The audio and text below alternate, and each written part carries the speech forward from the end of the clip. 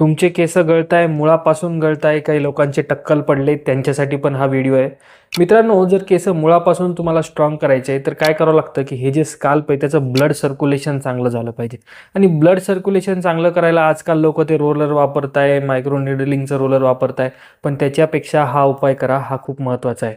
मित्रांनो, growth hormone नावाचा एक हॉर्मोन असतो जेणे की आपल्या स्काल्पचं सर्क्युलेशन चांगलं होतं. आणि ते सर्क्युलेशन चांगलं करण्यासाठी मेलाटोनिन नावाचा एक हॉर्मोन असतो, तो पण सिक्रेट झाला पाहिजे.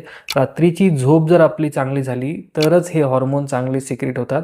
8 तास झोप तुमची चांगली झालीच पाहिजे, तरच तुमचे केस मुळापासून चांगले होतील.